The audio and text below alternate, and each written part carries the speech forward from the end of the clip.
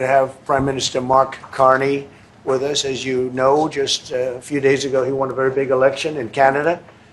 And I think I was probably the greatest thing that happened to him, but I can't take vote credit. His party was losing by a lot, and he ended up winning. So I really want to congratulate him. It was probably one of the greatest comebacks in the history of politics, maybe even greater than mine. You know.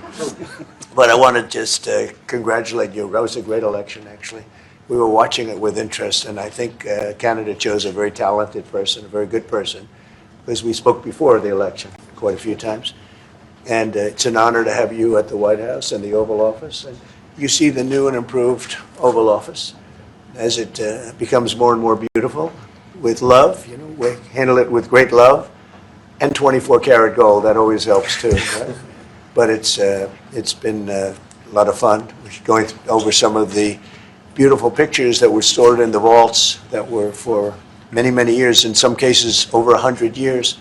They were stored in vaults of the great presidents, or almost great presidents, all having a reason for being up, every one of them.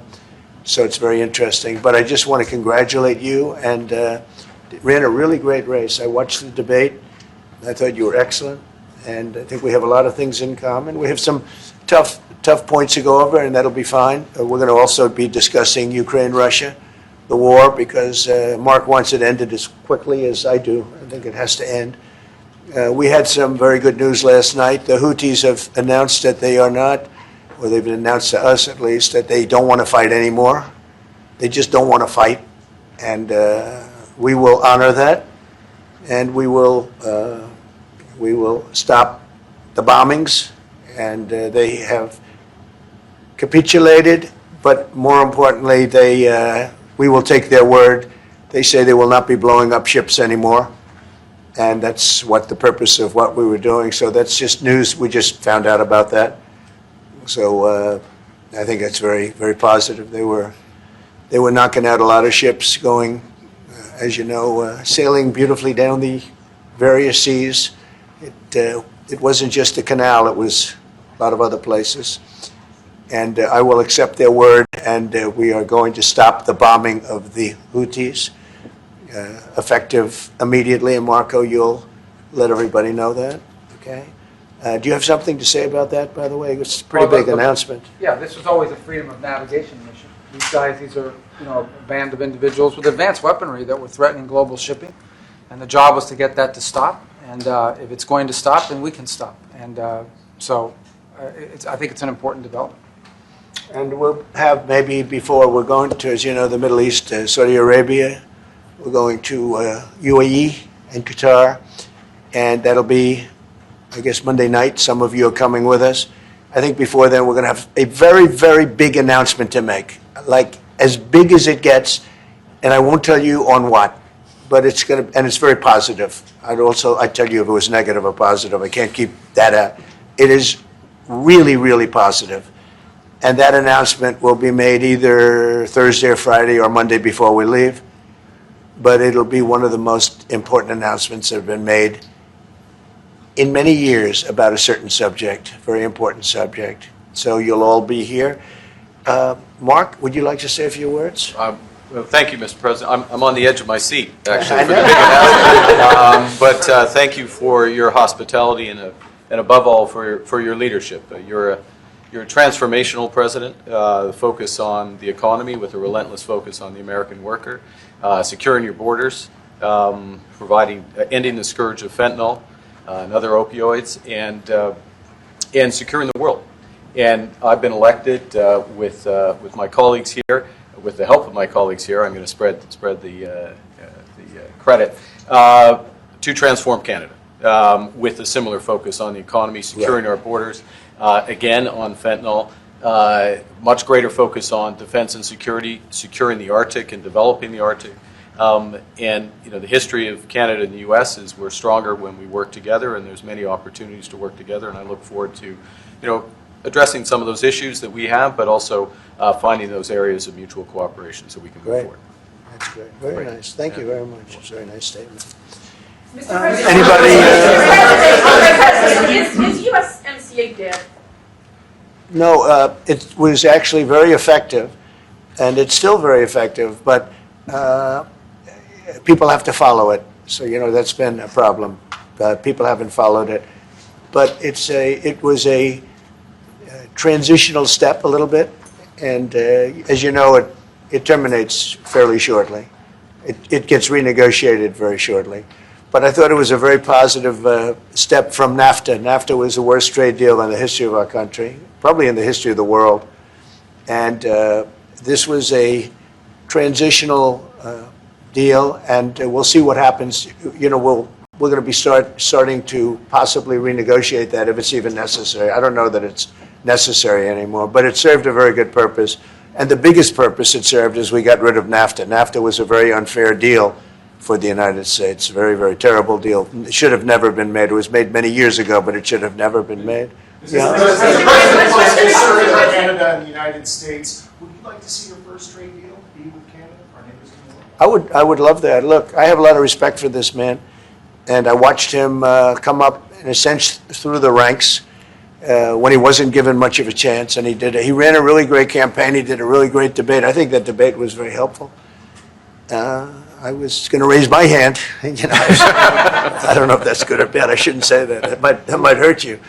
But no, he ran a really great election, I thought. And yeah, something could happen. Something could happen. Yeah, please. What's the top concession you want out of Canada? The top concession you want out of Canada? Concession? Yes. Friendship. But that's not a concession. No, we're going to be friends with Canada. Regardless of anything, we're going to be friends with Canada. Canada is a very special place to me. I know so many people that live in Canada. My parents had relatives that lived in Canada, my mother in particular. And no, I love Canada. I have a lot of respect for the Canadians. Wayne Gretzky, I mean, how good, the great one. You happen to have a very, very good hockey player right here on the Capitals, who I have a lot of respect. He is a big, tough cookie, too. He just broke the record. And he's a great guy. And, we had the team here, and I got to know a lot of the players. But now, Canada is a very special place. Yeah, please. Mr. President, and Mr. Prime Minister, I'd like to get your response to this too. But Mr. President, you have said that Canada should become the 51st state. Yeah. No. Well, I still believe that, but it takes two to tango, right? But no, I do. I mean, I believe it would be a massive tax cut for the Canadian citizens. You get free military, you get tremendous medical cares and other things. There would be a lot of advantages, but it would be a massive tax cut.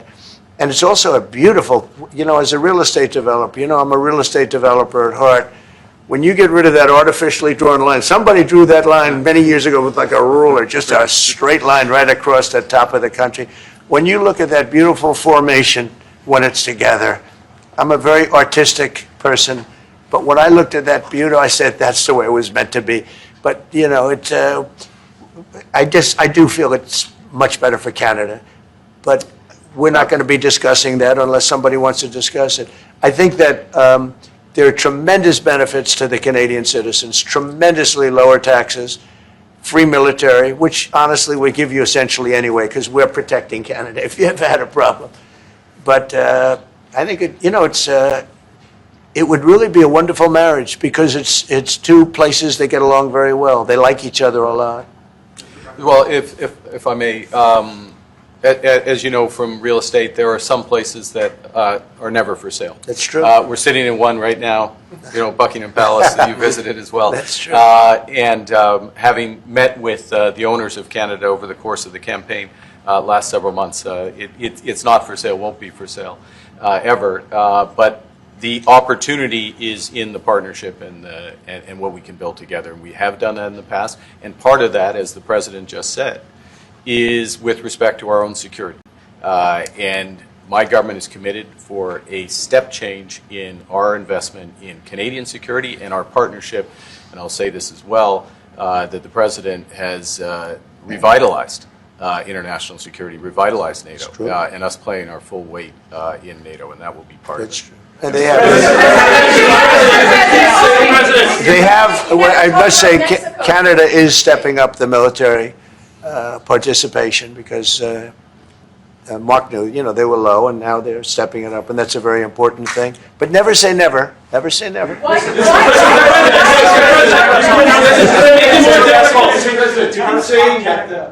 would it take to get the tariffs off of Canada? Well, we'll be talking about different things. Like, we want to protect our automobile business, and so does Mark. But we want to make the automobiles, and we want to, we have a tremendous abundance of energy, more than any country. We have, just in Alaska alone, Anwar has been reopened now. Anwar is probably the largest find anywhere in the world. They say it's larger than Saudi Arabia. I don't know, but it's a lot. But we have tremendous amounts of energy. Other countries don't. We're both lucky in that way. They have energy. We have energy. We have more than we can ever use and more than we could ever sell, actually, and you have the same thing. So we're two countries that are very lucky. If you look at China, they don't have that. It's a big disadvantage. Other countries, most countries don't have. Most countries don't have that. So Canada and us, we have a lot of advantages over other places. Mr. President, when you consider what Mr. Carney just said, that Canada is not for sale, does this make the discussion a little more difficult to start on? No, not at all. No, not at all. No, time will tell. It's only time. But I say never. I've had many things that were not doable, and they ended up being doable, and only doable in a very friendly way. But if it's to everybody's benefit, Canada loves us, and we love Canada. That's, I think, the number one thing that's important. But we'll see. I mean, over time, we'll see what happens. China. I was hoping you could clarify something. Earlier this morning in Capitol Hill, Secretary Bessent said that there had been no negotiations yet with China. You have said something different. They want to meet, and they're doing no business right now. And those ships are turning around in the Pacific Ocean. Big turn. Those are big ships. Those ships take about 10 miles to turn. And, we lost $1 trillion to China on trade because of an incompetent president that we had who preceded me, grossly incompetent. You're finding it out more and more now. And by not trading, we're losing nothing. So we're saving $1 trillion. It's a lot. But they want to negotiate, and they want to have a meeting, and we'll be meeting with them at the right time. But you haven't met with them yet. I have not met with them, of course. You would know if I met. I'd tell you. They want to meet, but, we are right now. Look, they're suffering greatly. Their economy is suffering greatly because they're not doing trade with the U.S. And they made most of their money off the U.S. Don't kid yourself. They don't make the money off other countries like this. And we had a trade imbalance. We had a deficit, or they had a surplus, another way of saying it, of more than $1 trillion. Think of it, more than $1 trillion. And because of 145%, that's the only reason, but because of they have now 145% tariff, there's no trading. You can't trade with 145%.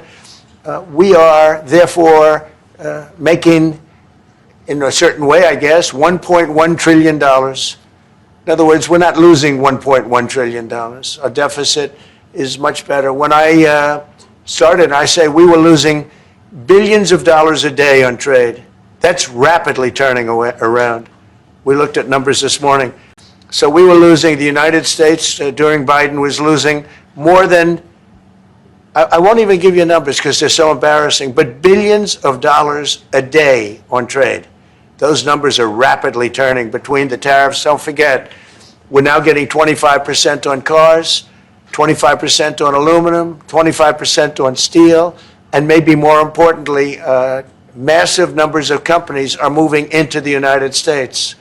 Honda, we have the car companies that are moving in at levels we've never seen before.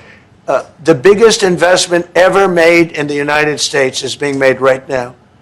Trillions of dollars. I would say we could be at $9 trillion. You could go back to other presidents. They haven't had $1 trillion for their entire term. Look at Biden. He had bad numbers. People were leaving. They weren't coming in. They were leaving with Biden, and he didn't know the difference. The only thing he knew is people coming in. You know who they were? Illegal immigrants, okay, from prisons, from mental institutions, from all sorts of places that weren't good, from gangs, from Venezuela. They were coming in and they were criminals and murderers, 11,888 people that murdered, and at least half of them murdered more than one person. This is what Biden led into our country. I'm bringing in big companies. We have Apple is investing $500 billion. We have Jensen, as you know, is going to be 500 biggest chip maker, or chip thinker, I call him. He's really a thinker more than a maker. But we also have the maker, Mr. Wei. I get to know them all in the last, it was a cram course. But they're all moving into America because of the tariffs. And I don't think people have appreciated it. Some people do. Some of the smart people do. So we have more money coming in. It's really an amazing thing. We have more money being invested in the United States now than at any time ever before in our history, and it's not even close. And I think the real number could be 9 or 10 trillion. We don't know everybody that's doing it. We have many. I just heard about a plant that's being built right now, a very, very top-of-the-line company. And they didn't come to the White House. They're just doing it because they're making it because if they build here, there are no tariffs. And this is the big market. This is the market. That sets us apart from it. This is the market where everyone wants to be. Now, if I didn't come here and do this, all of a sudden we wouldn't be the market where everyone wants to be. So we're able to do it in time. But we're going to have a great announcement. And I'm not necessarily saying it's on trade. Going to the beginning, we're going to have a great announcement over the next few days, an announcement that will be so incredible, so positive. And I'm not saying, I don't want you to think it's necessarily on trade. Just to finish, we also have a situation, because everyone says, when are you going to sign deals? We don't have to sign deals. We could sign 25 deals right now, Howard, if we wanted. We don't have to sign deals. They have to sign deals with us. They want a piece of our market. We don't want a piece of their market. We don't care about their market. They want a piece of our market. So we can just sit down, and I'll do this at some point over the next 2 weeks, and I'll sit with Howard and Scott and with our great vice president who has done a really good job. We have some good news to report on a lot of fronts, but JD will be there and Marco, and we're going to sit down and we're going to put very fair numbers down, and we're going to say, here's what this country, what we want, and congratulations, we have a deal. And they'll either say, great, and they'll start shopping, or they'll say, not good, we're not going to do it. And I said, that's okay, you don't have to shop. Now, we may think, well, they have a right, that maybe we were a little bit wrong, so we'll adjust it. And then you people will say, oh, it's so chaotic. No, we're flexible. But we'll sit down, and we'll, at some point, in some cases, we'll sign some deals. It's much less important than what I'm talking about. For the most part, we're just going to put down a number and say, this is what you're going to pay to shop. And it's going to be a very fair number. It'll be a low number. We're not looking to hurt countries. We want to help countries. We want to be friendly with countries. But you keep writing about deals. When are we going to sign? When? It's very simple. We're going to say, in some cases, we want you to open up your country. In some cases, we want you to drop your tariffs. I mean, India, as an example, has one of the highest tariffs in the world. We're not going to put up with that. And they've agreed already to drop it. They'll drop it to nothing. They've already agreed. They would have never done that for anybody else but me. So we're going to put down some numbers, and we're going to say our country is open for business. And they're going to come in, and they're going to pay for the privilege of being able to shop in the United States of America. It's very simple. It's very simple. So I wish they'd stop asking, how many deals are you signing this week? Because one day we'll come and we'll give you 100 deals. And they don't have to sign. All they have to do is say, oh, we'll start sending our ships right now to pick up whatever we want or to bring whatever we want. It's very, very simple. And I think my people haven't made it clear. We will sign some deals, but much bigger than that is we're going to put down the price that people are going to have to pay to shop in the United States. Think of us as a super luxury store. A store that has the goods. You're going to come and you're going to pay a price, and we're going to give you a very good price. We're going to make very good deals, and in some cases we'll adjust. But that's where it is. And we've been ripped off by everybody for 50 years. For 50 years. And we're just not going to do that anymore. We can't do that. And we can't let any country do that to us. We're just not going to do it anymore. Can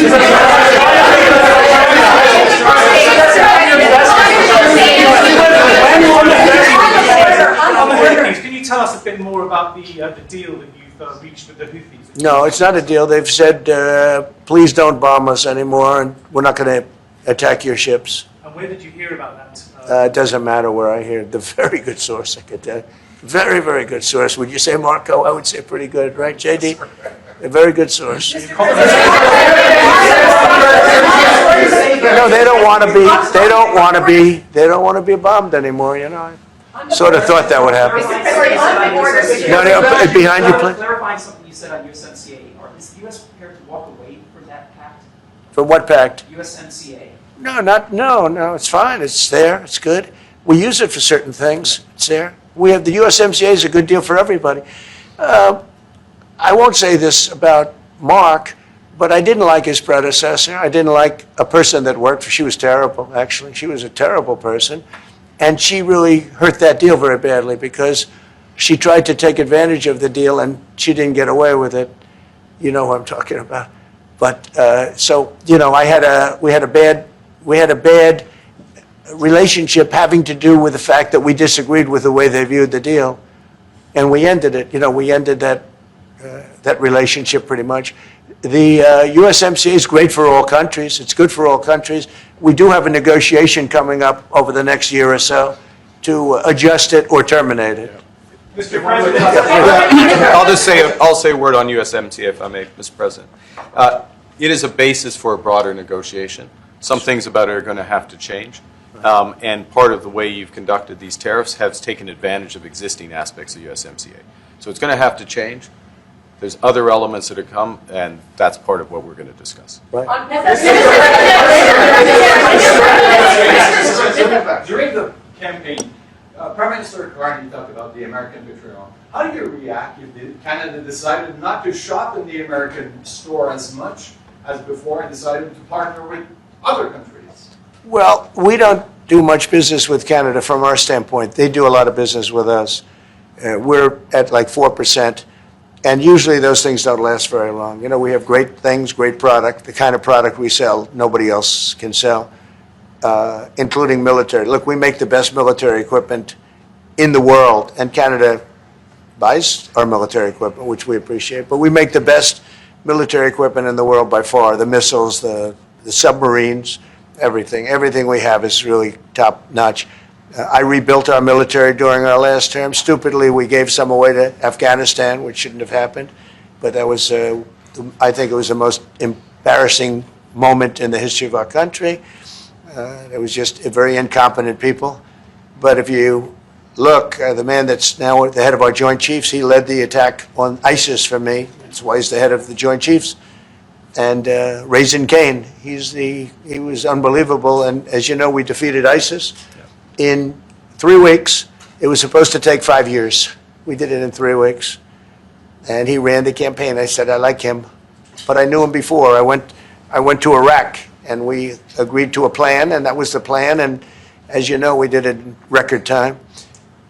So we have the best equipment in the world. We have the best, a lot of things. And but Canada, it does a lot more business with us than we do with Canada. Yeah. Mr. President. Your investments, Mr. President.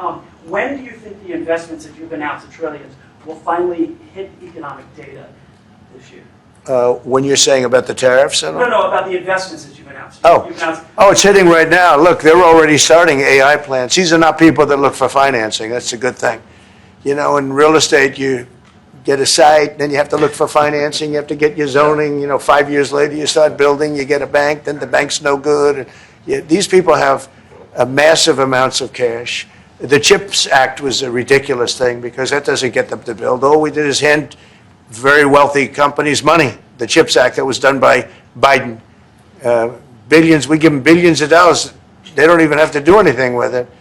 And then if you weren't, if you didn't have, and I don't want to be a wise guy, but if you didn't go with the DEI, if you didn't go with all of the different things, woke, if you weren't woke, you couldn't even use the money.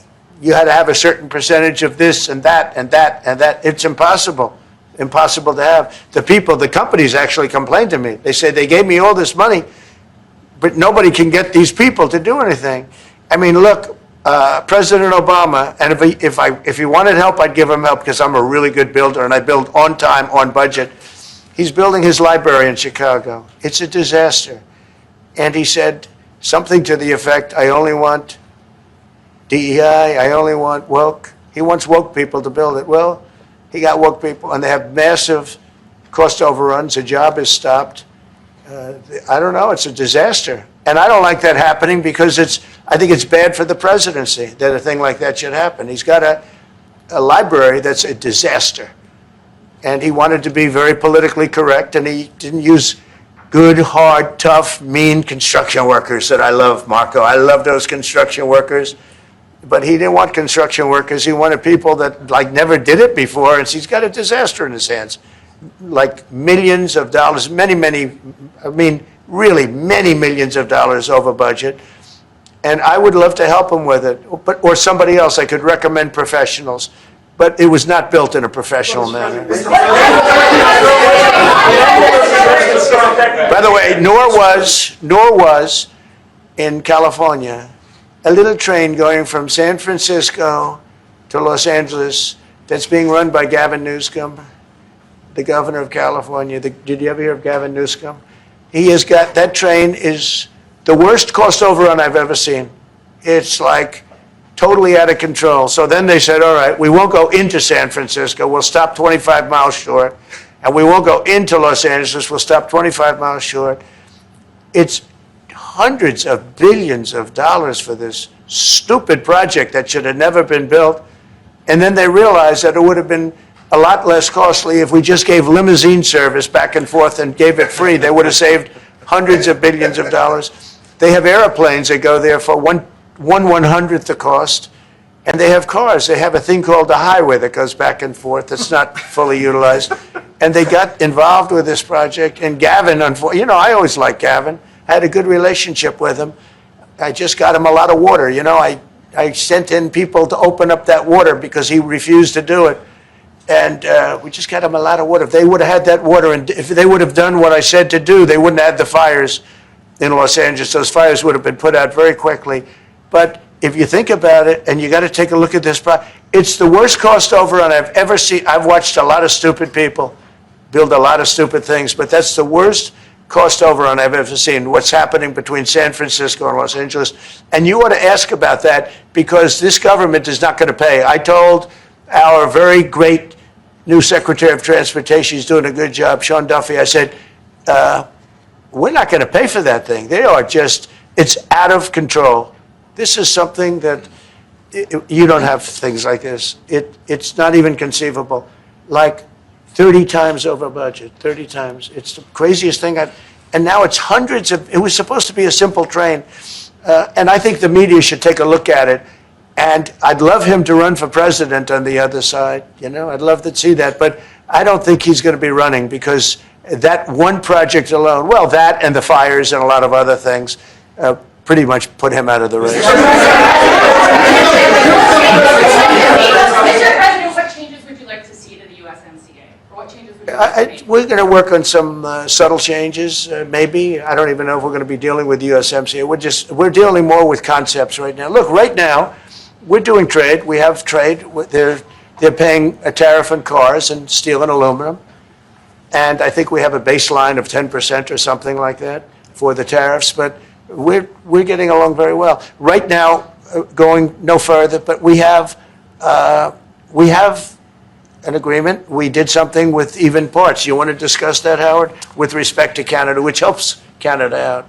Sure. So we've made an arrangement with the car companies that 15% of their USMCA parts are included, and then 15% of foreign parts from the manufactured suggested retail price are not tariffed to help domestic manufacturing really thrive. So it gave them a chance to be able to build their car parts factories if they're going to. A lot of these companies already have factories, and what they have to do is just fill them out. But they're able to build them in the United States, so we gave them a pretty substantial period of time. Just to clarify, Mr. President, is there anything the Prime Minister can say to you today to change your mind on tariffing Canada? Tariffing cars? Tariffing Canada. Is there anything he could say to you in the course of your meetings with him today that would get you to lift tariffs on Canada? No, Why not? just the way it is. What's Well, your first state? Yeah. If Canadians don't want it, would you respect that? Sure I would. But this is not necessarily a one-day deal. This is over a period of time they have to make that decision. Yes, go ahead. Yeah, if I may. Respectfully, Canadians' view on this is not going to change on the 51st state. Secondly, we are the largest client of the United States in the totality of all the goods. So we are the largest client of the United States. We have a tremendous auto sector between the two of us, and the changes that made have been helpful. 50% of a car that comes from Canada is American. That's not like anywhere else in the world. And to your question about is there one thing? No, this is a bigger discussion. There are much bigger forces involved, and this will take some time and some discussions, and that's why we're here, to have those discussions, and that is represented by who's sitting around the table. See, the conflict is, and this is very friendly. We're not. This is not going to be like we had another little blow up with somebody else. That was a much different. This is a very friendly conversation, but we want to make our own cars. We don't really want cars from Canada, and we put tariffs on cars from Canada, and at a certain point, it won't make economic sense for Canada to build those cars. And we don't want steel from Canada because we're making our own steel, and we're having massive steel plants being built right now as we speak. We really don't want Canadian steel, and we don't want Canadian aluminum and various other things because we want to be able to do it ourselves. And we, because of past thinking of people, we have a tremendous deficit with Canada. In other words, they have a surplus with us. And there's no reason for us to be subsidizing Canada. Canada's a place that will have to be able to take care of itself economically.